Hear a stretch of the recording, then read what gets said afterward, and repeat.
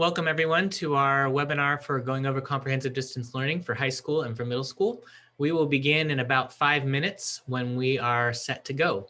Thanks for being here.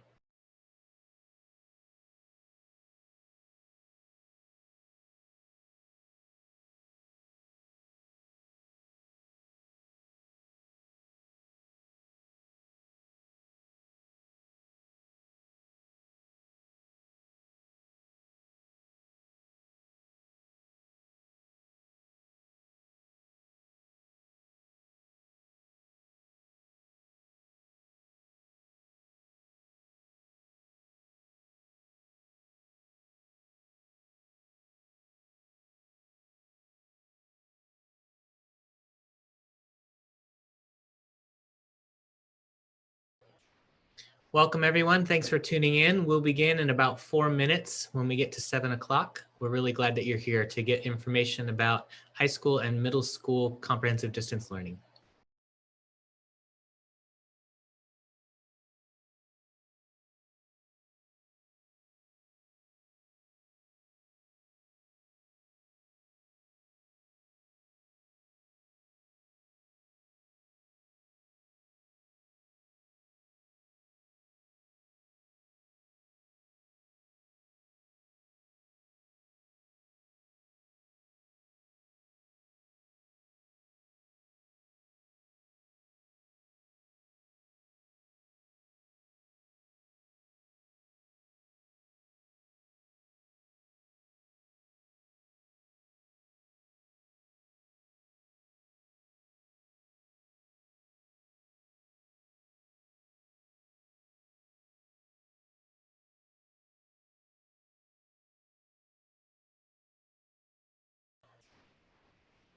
Welcome everyone. We will begin in about 3 minutes for our information session for middle school and high school comprehensive distance learning. Thanks for tuning in.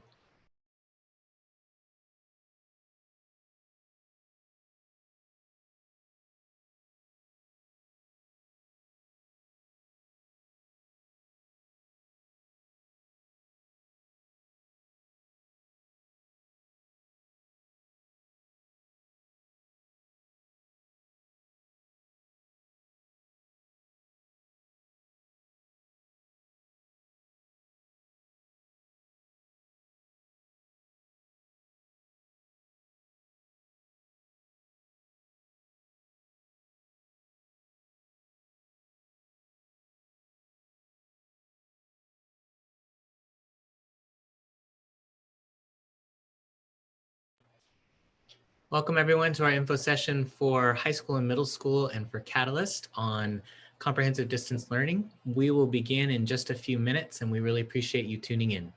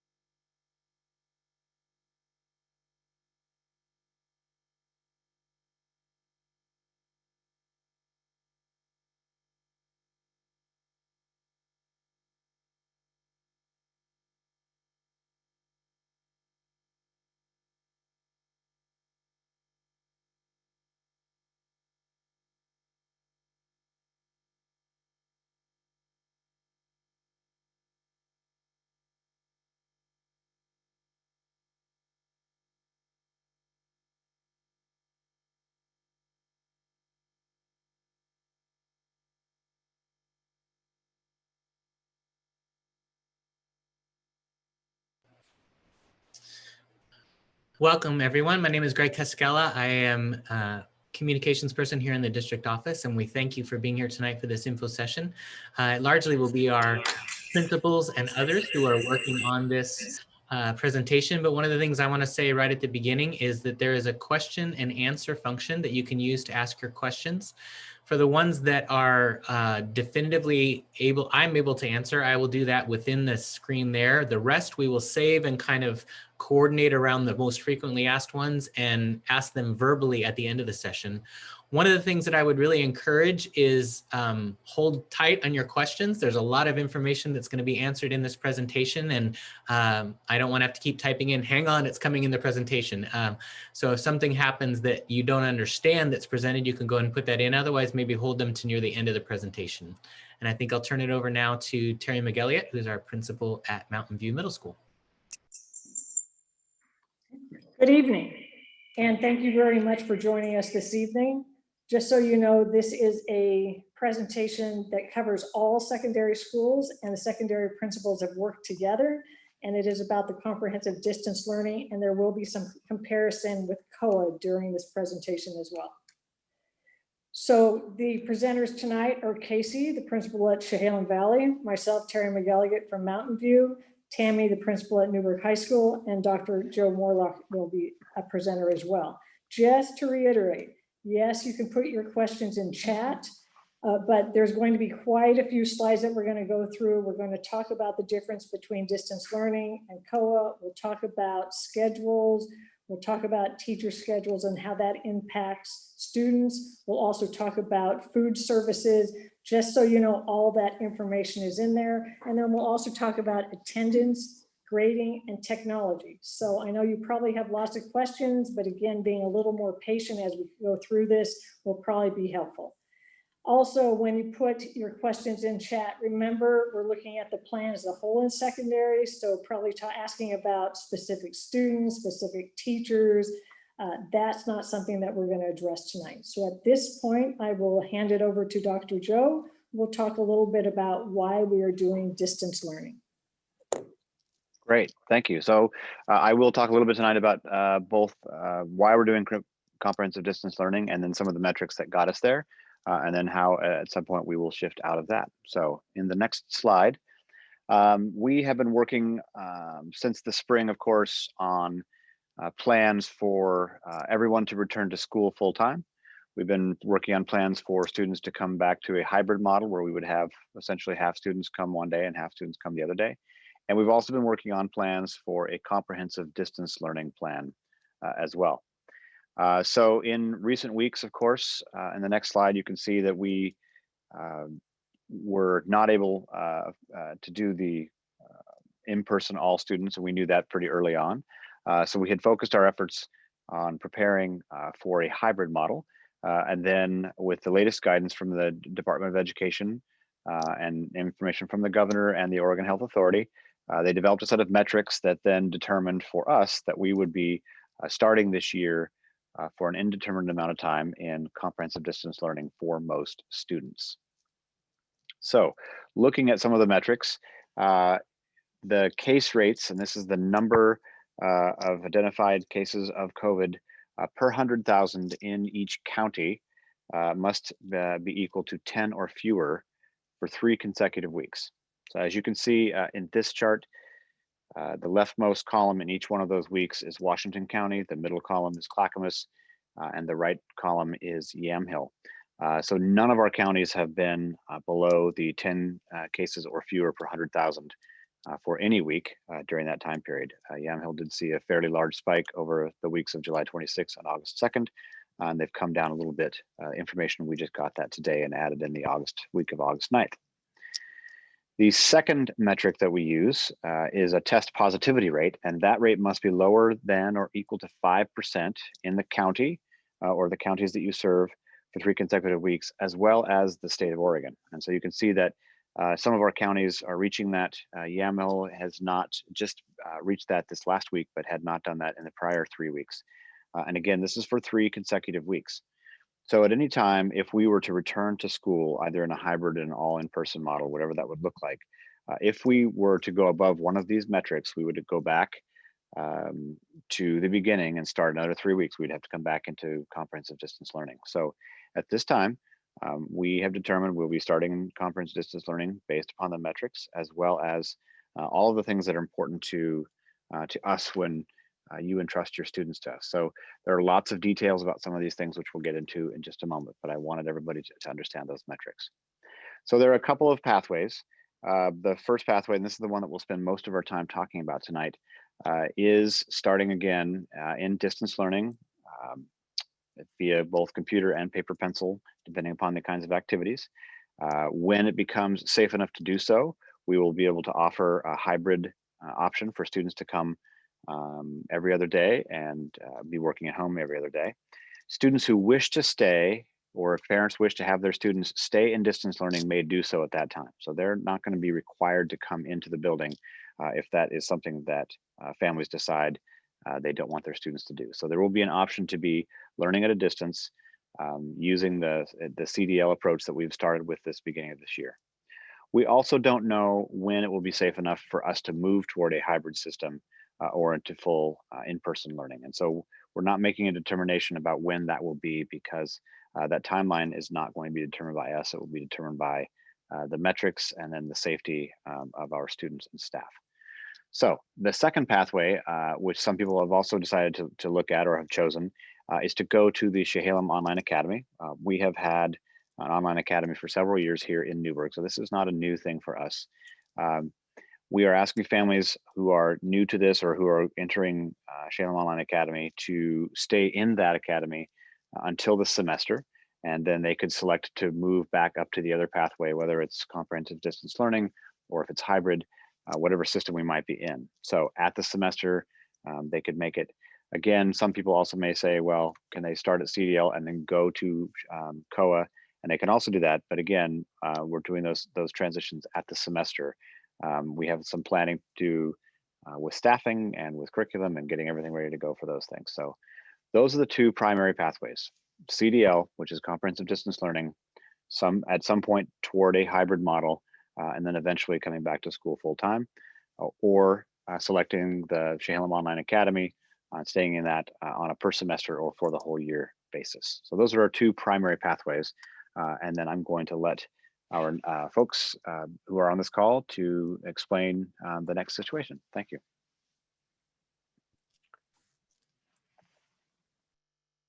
All right, good evening. My name is Casey Petrie. I'm the principal at Chehalem Valley Middle School. So like Dr. Morlock mentioned, we have spent some time really all over the summer planning initially for what we were hoping was going to be a hybrid model with comprehensive distance learning on the back burner and then shifting towards comprehensive distance learning.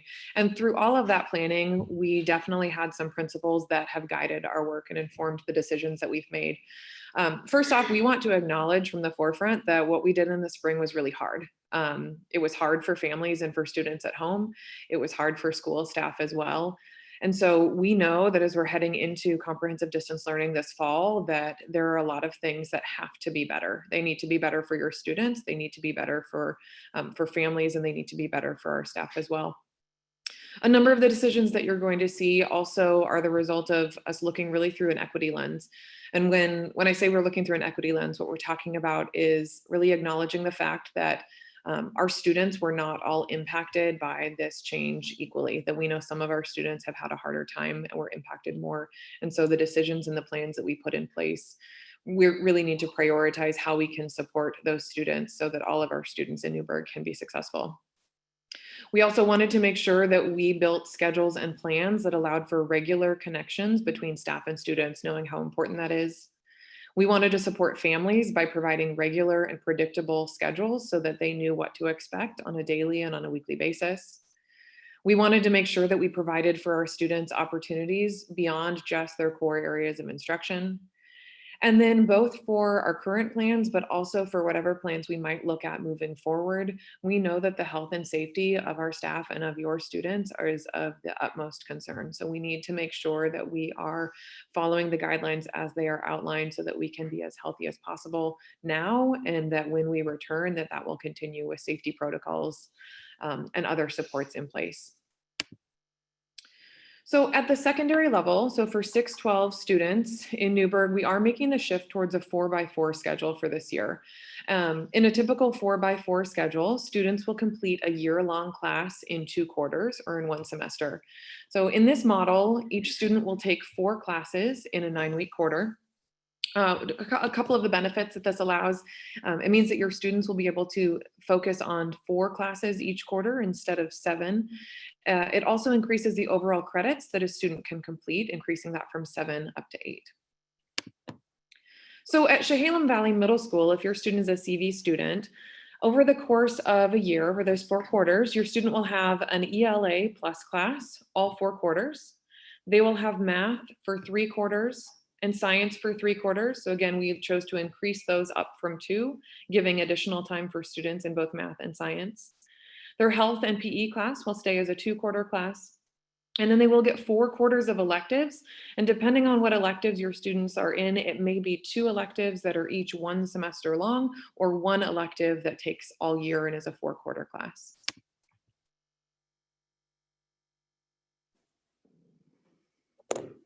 So you will notice at Mountain View Middle School that our schedule is pretty much like Chehalem Valley. English Language Arts Plus. You may wonder what the plus is. So just so you know, the front driver in the humanities on this 4x4 is going to be language arts, which is reading and writing. And the plus is social studies will be a lot of the content that is used. You will notice that math, science, both have 3 quarters. Health P is 2. Those are all the same as Chehalem Valley. Our electives, though, will be full year going through all 4 quarters. If you are in the dual language program, you'll notice that the schedule is a little bit different. The reason that is they take Spanish literacy and they will also take their science class in Spanish. So we want to make sure that we have enough support for those students. And we also want to make sure that they get elective options just like others. So you'll see that their English Language Plus is 3 quarters, Spanish literacy is 3 quarters, math is 3 quarters, Spanish science is 3 quarters, health and PE is 2, electives is 2. And just so you know, since the Spanish literacy and the Spanish science are 3 quarters, they will at least have 1 of those classes, but a lot of times 2 of those classes in the same quarter. We want to make sure, since they are learning 2 languages while they're going through, that we're giving them enough support, and their cohorts will be a little bit smaller than other cohorts that we build.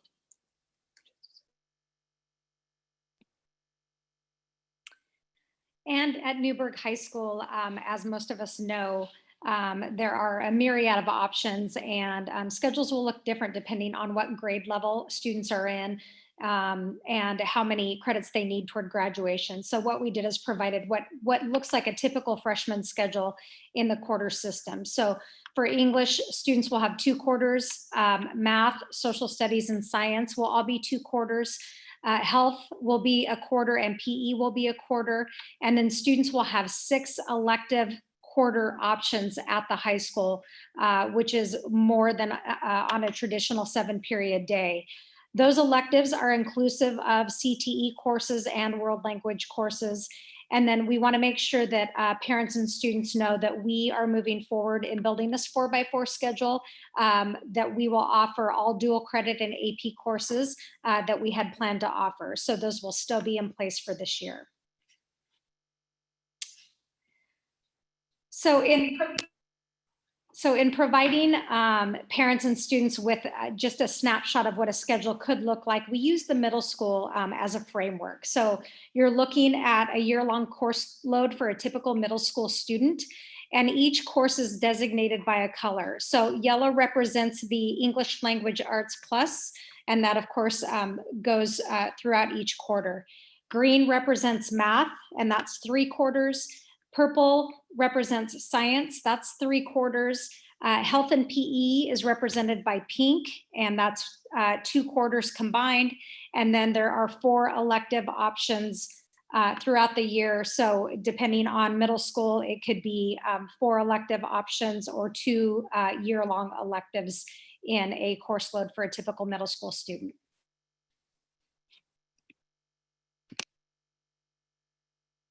All right, so we know for parents, one of the big questions that you are curious about right now is what does your schedule look like for your student on both a day-to-day basis and on a weekly basis?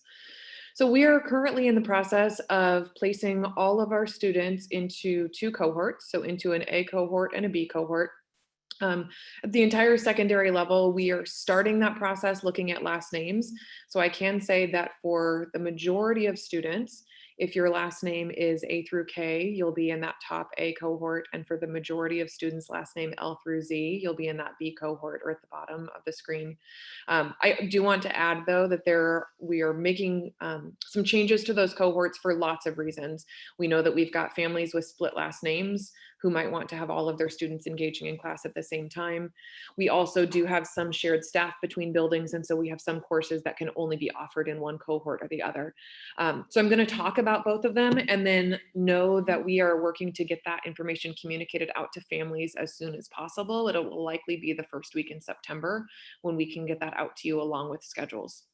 So if your student is placed in that top cohort, in the A cohort, you'll notice that they have 2 classes each morning from 9 to 10 o'clock and then from 10:10 to 11:10. Those are colored in yellow. So both of those courses are live instruction with teachers and with their cohort of students. We are looking at cohort sizes of about 15 students in each of those groups.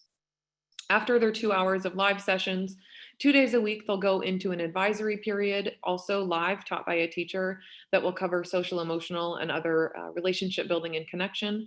That will be 30 minutes. And then from that, we'll go into a scheduled lunchtime. On their off days where they don't have their advisory class, they'll get an additional amount of time for lunch. And then their afternoon in that cohort includes what's called applied learning time. That is still time that is participating in learning that is designed by their teacher, but it is offline and at their own pace. And on Fridays, teachers will have help sessions offered. We do also have some additional time built into each of those days where we have some student connection.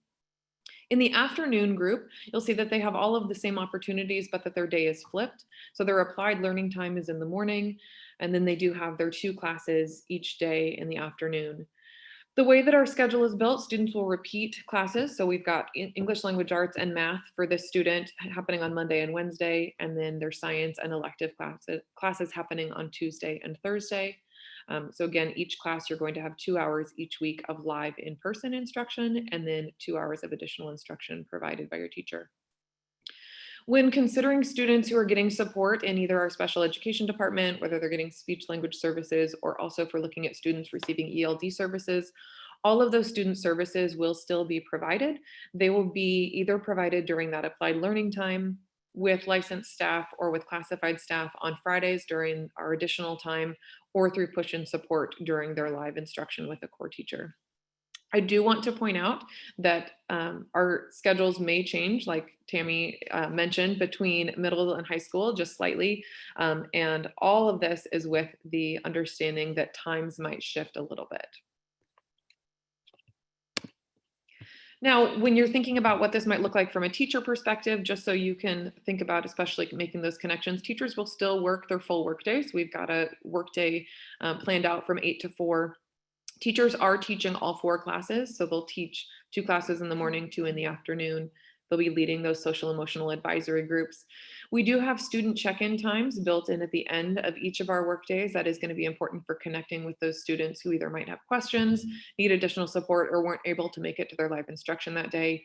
And then we have time built into our workday for all of the other things that teachers do, whether that's prep or staff meetings or PLCs, IEP meetings, 504 meetings, all of their other district and building provided professional learning.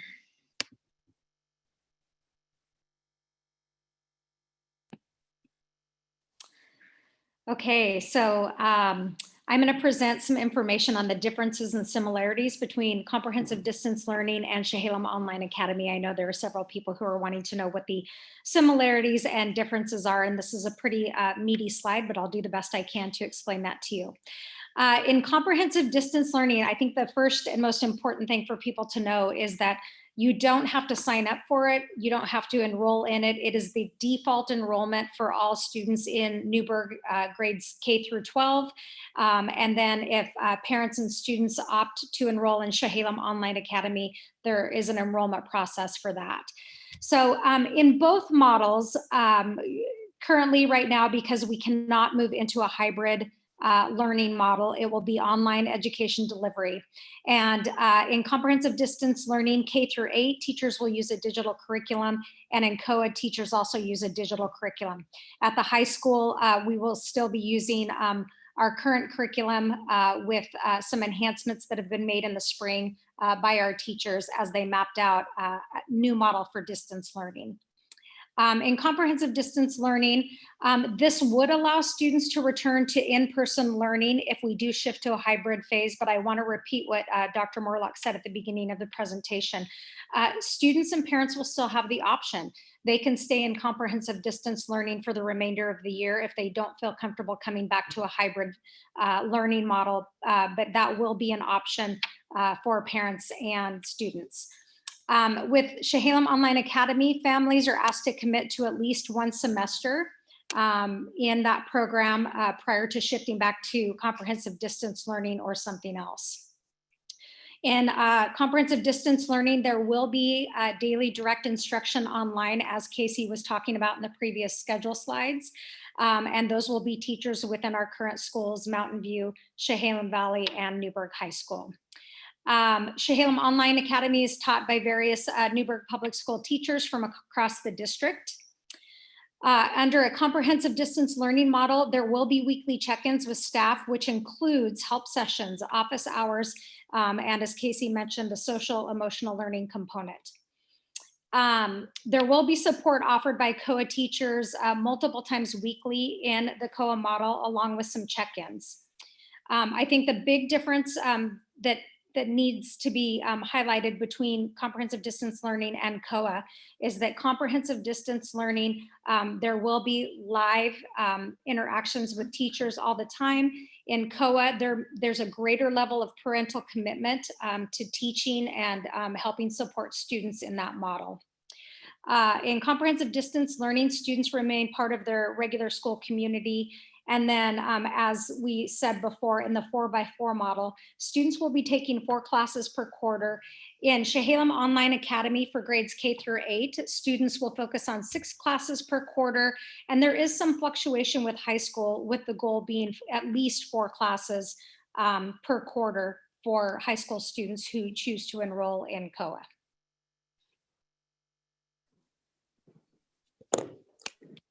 So when you look at 3 other categories that we need to talk about in the fall versus the spring. So technology, you can either use your own device from home, or you may use one of the Chromebooks here at the district. Chromebooks were not gathered in the springtime, so many students will already have them, but if you need them, or if you need hotspots, the tech department will have a plan together so we can actually get those out to families. Just like the spring, we will be using Google Classroom 6 through 12 as our platform.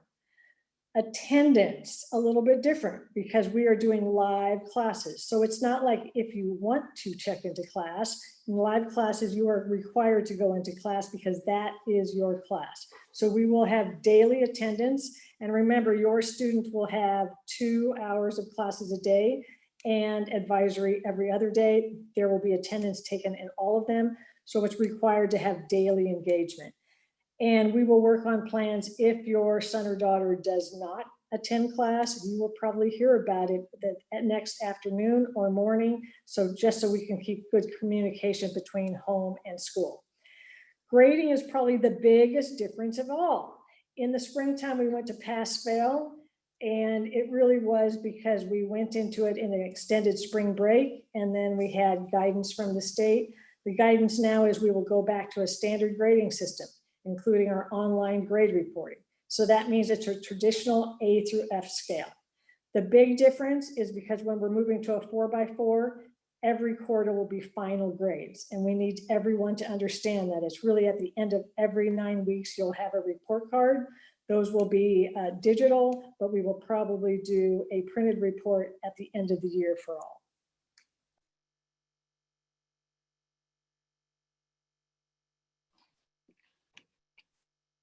Good evening, everybody. This is I believe we have our food service director on the call to talk to you a little bit about what food's going to look like this year. Yep. Can everybody hear me? Okay. Hi, my name is Shiloh Physick. I'm the nutrition director for Newburgh Public Schools. Shiloh, we can't hear you. Can you hear I'm me? hearing you here, Casey. Yeah, we good? It's quiet. I don't know if you can move closer, but I'm hearing you. Okay.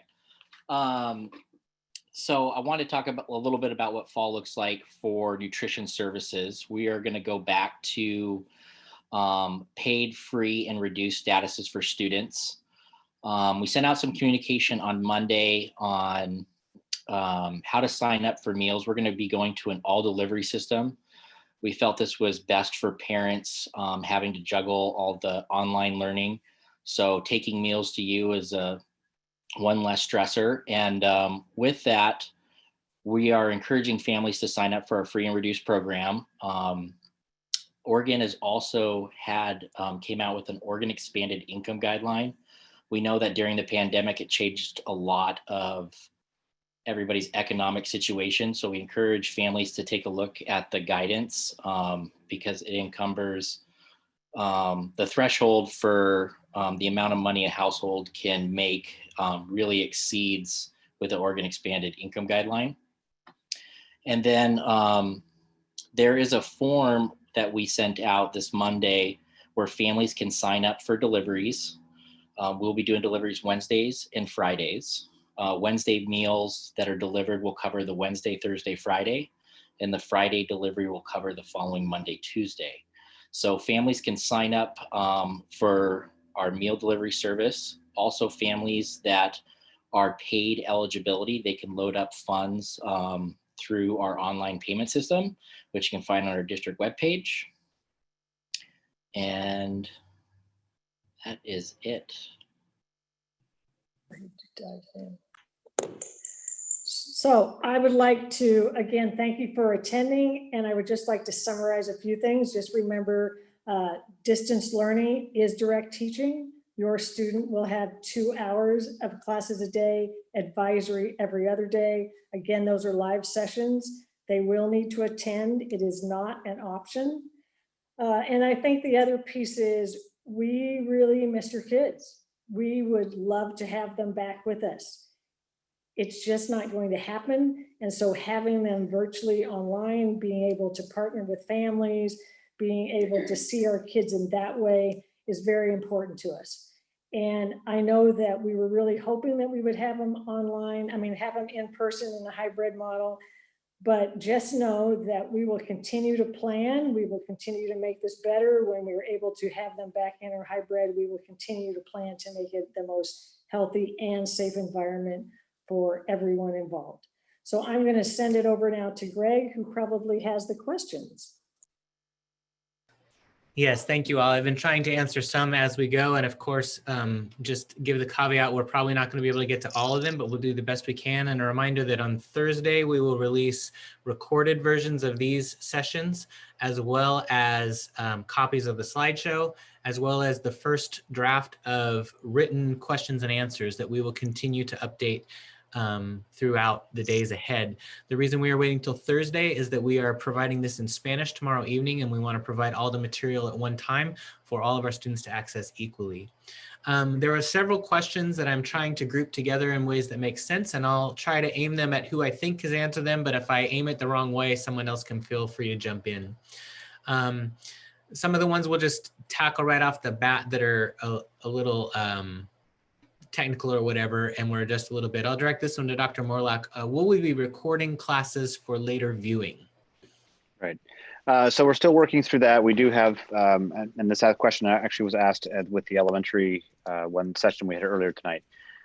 We are not sure if we'll have recorded live sessions available. We do have some student privacy things that we're working through. The live sessions are meant to be as if you were coming to class. You're just doing it from your living room or from some other place. And so we don't have the answer to whether or not those live recordings will be available. We have heard that request from many families, and we know that that's really important to you. So we're still working through all of those, but at this time, we're unsure if those will be available for later viewing.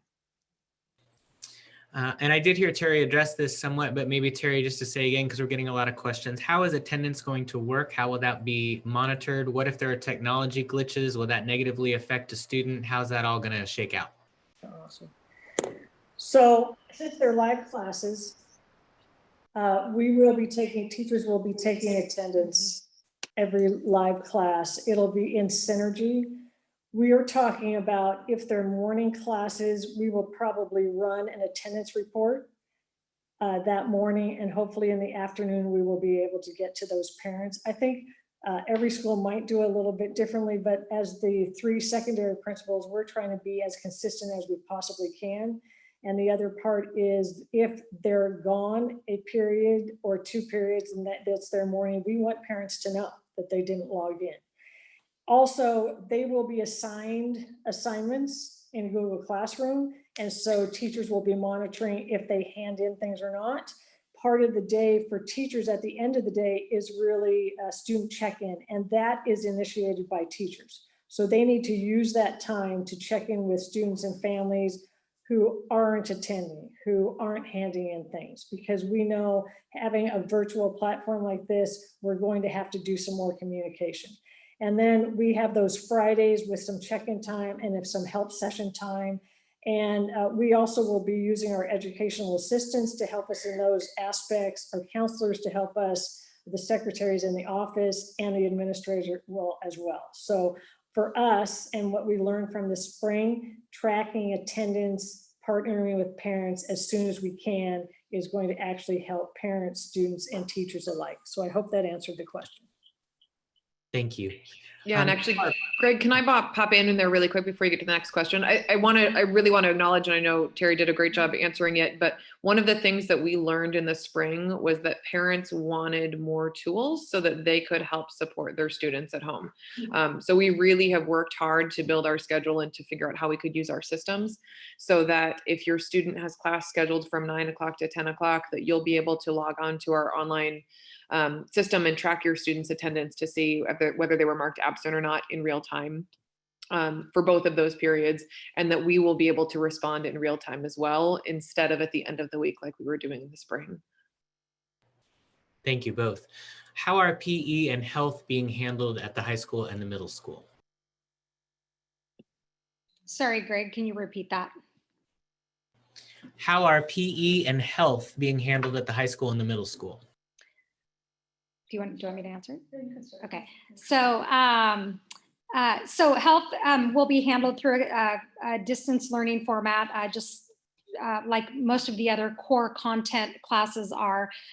For PE, those teachers are working to identify standards and figure out ways that they can deliver some direct instruction to students. And then there will be an opportunity for students to do some physical activity and tracking on their own and be able to interact with the teacher through the distance learning format. I will turn it over to Terry and let her add to what middle schools are doing.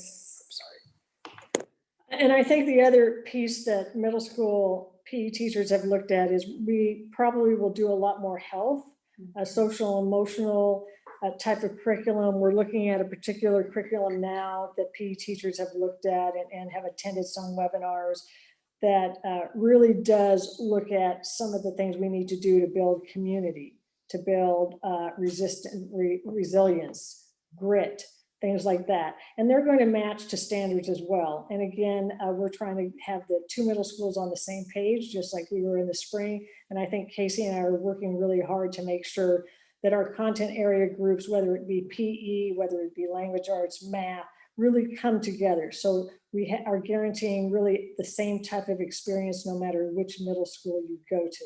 And I don't know if she wants to add anything to that. Okay, so that hopefully will answer your question. Thank you. There are a lot of questions about electives, so I'm going to kind of do this in parts. So I'll just start out in general. Could you just give a little more detail about things like what are performing arts going to look like? Are they going to be offered? What about CTE? What if they forecast for a TA? Just anything you can give a little more detail on what electives are going to look like.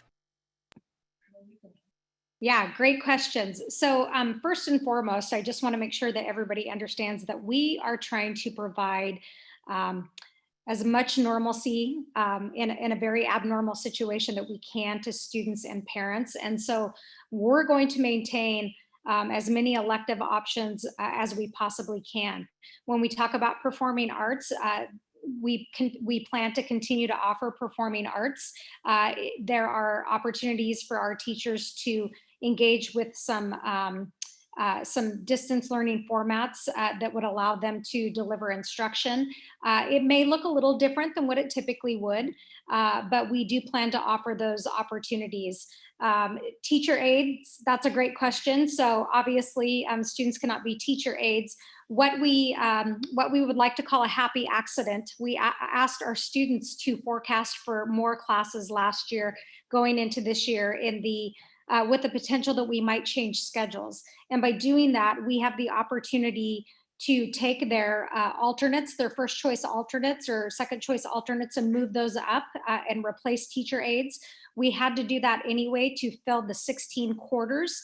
And then if students, take a look and maybe want to adjust those, there should be an opportunity at the beginning of the year to make a few adjustments. But we did have kids forecast and rank order their alternates so that we would know which classes to move up in the event that we were going to a different schedule, or in this case, that we had to adjust to a distance learning format in a 4x4.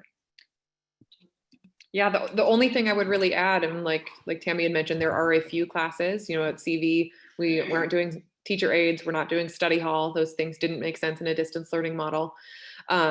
And we really are prioritizing getting your students the electives that they would like with as much possibility. At CV, because we have built our schedule with a mix of both year-long and semester classes, we are getting ready after these 2 information sessions to communicate out to families to let them know. We anticipate some situations, especially if you have an incoming 6th grader who thought this might be the year that you wanted to start a new instrument in beginning band, that committing to do that year long might not still be your first choice, although Mr. Sanders would love to have you and have you join his beginning band class this year. But we will get those emails out so that families can make the best decision for their student, and know that we have some flexibility and we can make some changes to meet the needs of your student to make sure that they're getting a really whole, well-rounded experience at middle school and at high school. Thank you all. And you each kind of addressed this next part already a little bit, but I'm just going to re-ask it so you can just have it as crystal clear as possible for people. So what is the process of, timeline when you're going to let people know what their schedules are? Can they reforecast beforehand? Can they change after the fact, like meeting with a counselor? What is that process going to look like as far as the actual schedule? So at this point, we do have staff that have been in the building working on schedules for weeks. In some cases, really trying to put these pieces together. We are using the information that your student provided with us in all of the situations that we can. So each of our buildings have times where we might be reaching out to you to either get information that we're missing or to ask. We are hoping, just with a couple of moving pieces, with getting numbers of students who are enrolling in COA and waiting on some other things, getting our schedules built and being able to communicate to families by the first week of September. That is really what we are hoping, so that we can give families a full 2 weeks to kind of figure out what their day is going to look like for their student. We would ask, if you have some major questions about your student, you definitely can reach out. Administrators are all in buildings, secretaries are back in buildings this week. Our counselors are all working remotely and in building in kind of a mix. So please reach out and let us know. And if not, you can kind of take a wait and see approach, and we will definitely look forward to hearing from you if you have questions that pop up after that happens.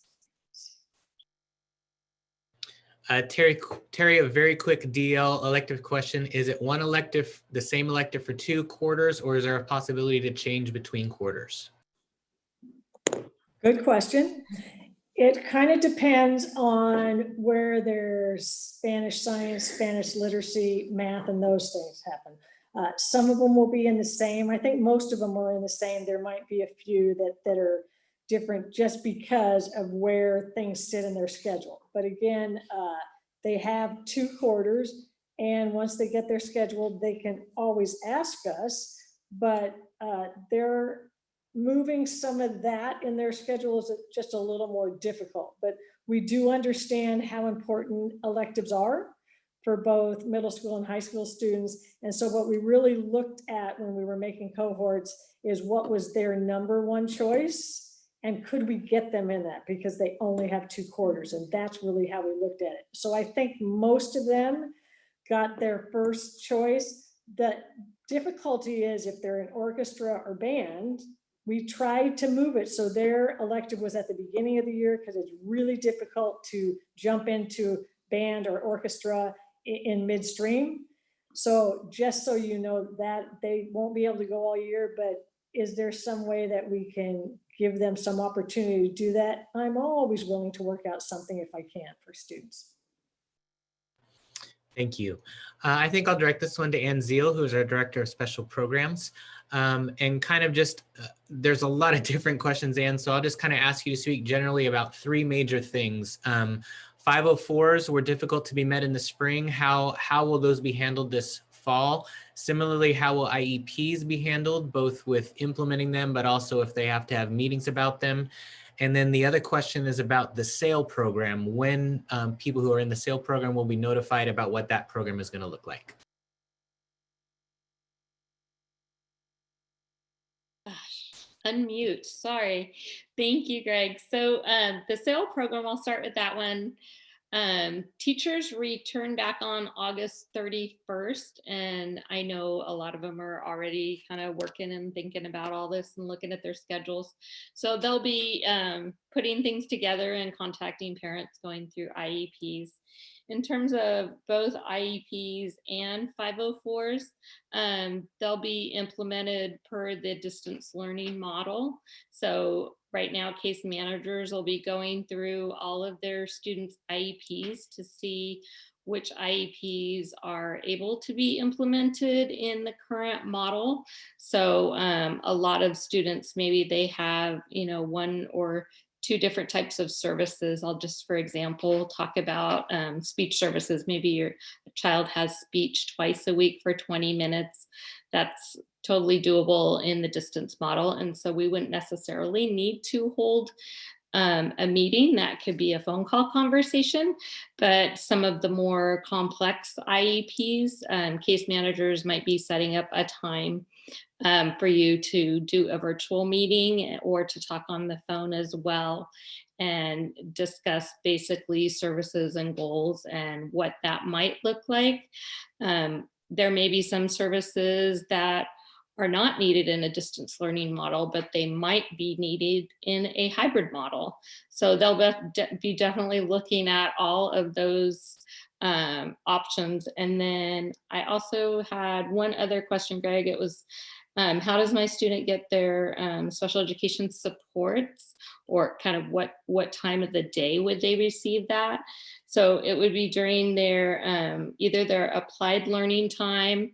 Some students might receive their services during a push-in model. So if it's in language arts or in their math class, it basically depends on what your child has on their IEP. So case managers will be looking at those all individually and then contacting you. And I encourage you to, email your child's case manager. When they come back, they should be sending out emails and contacting you as well. But if you don't hear, be patient. They'll be having a lot of training that first week and then diving in. So. Thank you, Ann. Mhm. I think I'll start this one with Dr. Brown. There are a lot of questions about curriculum, both are we going with an online curriculum purchased? Are teachers going to be creating their own? Are there similarities or differences between COA and CDL? And I know a lot of that is actively being worked out, but I'll let you kind of tackle that. Yeah, thanks, Greg. So for the core curriculum areas of English language arts, math, and science, we have programs selected. So we're going to be using at the middle school level for English language arts, a program called Study Sync, which is published by an organization called McGraw-Hill. And it's an extension of the program that we're going to be using at the elementary level. The middle school science teachers are going to be using a science program called Amplify Science. And then we are going to be using a math program called Into Math. Those were decisions that had been made in some cases actually prior to the decision to go to distance learning. We're really excited about those tools because they have been designed to be delivered in an online fashion and be also flexible enough for when we switch back to either hybrid or in-person, teachers will be able to continue to use those tools. They have lots of great accessibility supports for students that might have unique learning needs. They're fully available in Spanish. And we had a group of teachers help us look through different options to make those selections. We're still working on a few things at the high school relative to their needs. So some decisions are still kind of in progress right now around supporting the high school with their curricular needs. They have different departments and different resource needs there. And COA does use different tools. And that has to do with the fact that they've been doing the online learning thing for a little longer than the rest of us has. So they've had some curricular options in place for a while. And again, we brought some teachers together to really talk through what's going to be the best tool for us, and looked at different options and landed on the ones that I just talked through. Hey, Greg, can I add on to that?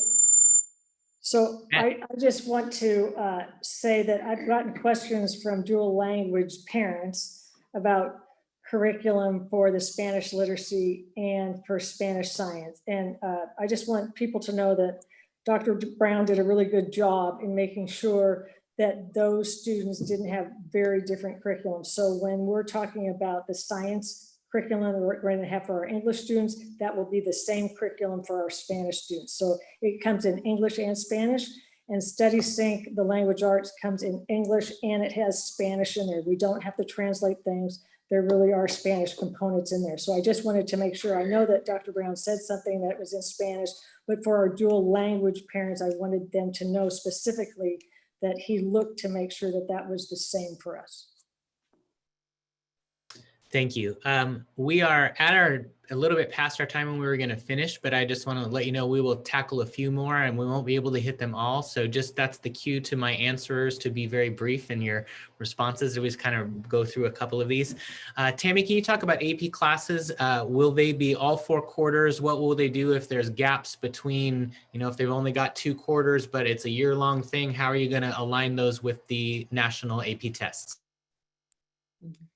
Yeah, absolutely. So we're currently working on our master schedule right now, and we're trying to align all of our AP classes so that the AP class ends just prior to the testing window that the College Board puts out. As we understand it right now, the College Board doesn't intend to move those dates. And so for students in AP classes, they would most likely have AP classes 2nd quarter and 3rd quarter. And then that would end just prior to AP testing, or 1st quarter and 3rd quarter, depending on the content area. In addition, some of our AP teachers, even going into the 4th quarter, may have a little bit of flexibility to help support those students as they gear up and prepare for those AP exams. They may be able to offer additional help sessions or boot camps, if you will, so that students feel well prepared for those AP exams. Excellent, thank you. What about middle school students who are going to take high school courses like math or other areas? How is that going to be handled in CDL?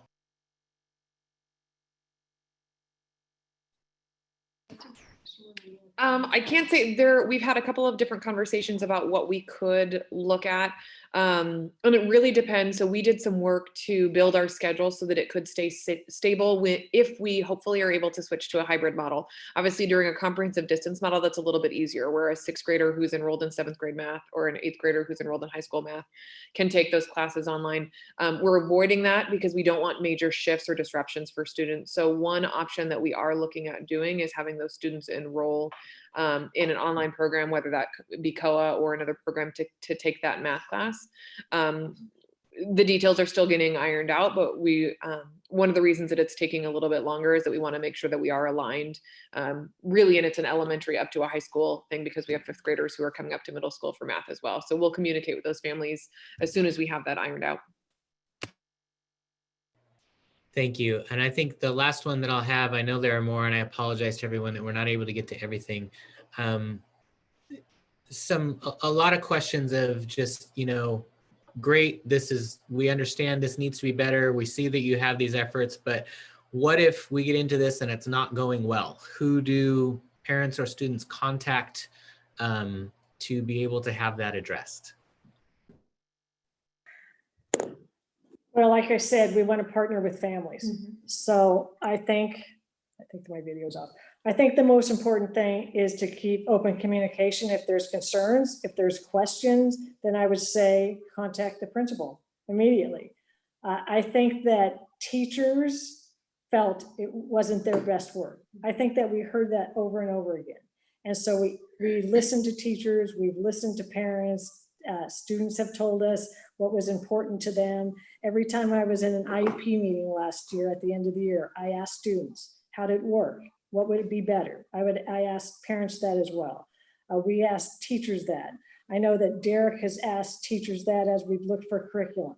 So we are going to be better, but I'm not saying there aren't going to be some hiccups. But when there are hiccups, I would totally encourage you to reach out to the principals, because we want to partner. We want to make this a good experience. And I can't tell you everything is going to go smoothly, because there are things that keep changing at the state, but we want to make it the best experience. We are committed to making the best experience. We are dedicated to our students, and I just want you to know that. Thank you, Terry. I lied, one more. Principal Tim Graham, there have been some questions about Catalyst, and we didn't really have that in the presentation. How would parents be able to find information about what Catalyst is going to look like this year, Tim? They can send me an email, and we'll be sending out updates. We're going to actually be doing a Zoom with Catalyst parents later in the summer. All right, thank you. So just a reminder again, and then I think what I'll do is see if there's any final words from any of the principals, and then let Dr. Morlock close our time together with any words he wants to share. We have recorded these video sessions. We will post these recorded sessions online Thursday morning after we've completed the Spanish language version ones tomorrow night. We will also publicize the PowerPoint slide deck so that people can look through that.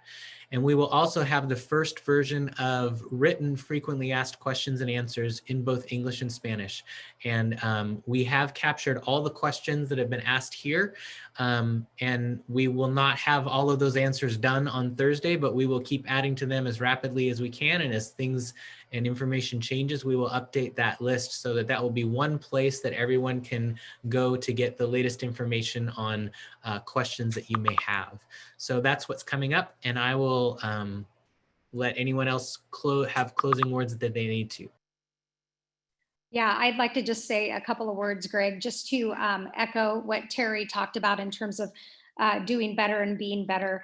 When we had to pivot pretty quickly in the spring with very little time to prepare, there was really no time for teacher training. There was not a lot of time for collaboration to gear up for a distance learning model.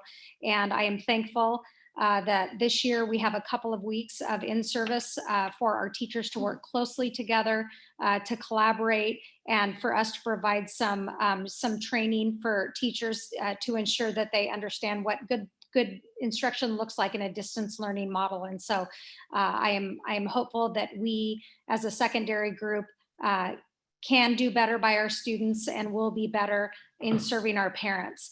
I did see a couple questions come up that I just want to address really quickly in the CDL format. Questions about, will I have to direct my student learning? No, in comprehensive distance learning, it will be teacher directed. There will be, there's going to be a lot of back and forth and communication between teacher and student. And even during that afternoon time, or morning time, depending on if you're an A or B cohort student, there will be work and activities for students to do. So it's not just study time. They will be working on other coursework during that time. So hopefully that clears up some questions that I saw come up about comprehensive distance learning. Also in that time, teachers will be working with smaller cohorts of students. And so we're not talking classrooms of 30 anymore. We're talking classrooms of 10 to 15. And so I think it will provide students with more structure, more support overall in a distance learning model.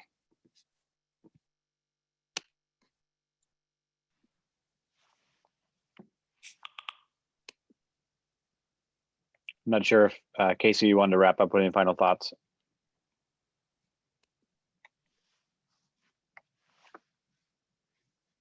Okay. Thanks again for coming tonight. Really appreciate all of your patience. We have had staff working sometimes nearly around the clock to get these things done. So what you heard earlier is true. Things have been shifting a lot. You know, we got brand new guidance that changed a lot of our thinking actually on August 11th. So right before we had a board meeting. So these things continue to change. We will put things into our FAQs. If you have specific questions, you're certainly welcome to reach out. I know that folks are trying to get our schedules ready to go, get our curriculum up and running, and just prepare to do the best we can during this year. And so we do appreciate your patience, and we also know that this is really important for you. It's really important for us. This is something we've never done before. And so I can't be more proud of the work that the folks on this presentation tonight and all of the staff members who have been involved behind the scenes, working on curriculum things, working on getting school prepared for students. They've all done an incredible amount of work. So it's great to have you here. Thank you again for coming. We will continue to put more information out as it comes. And we, of course, encourage you to reach out if you have questions that aren't getting answered, because we want to make sure that you have all the information that you need to make it a best year for you as well. So I think with that, Greg, if there are anything else, then we can move on.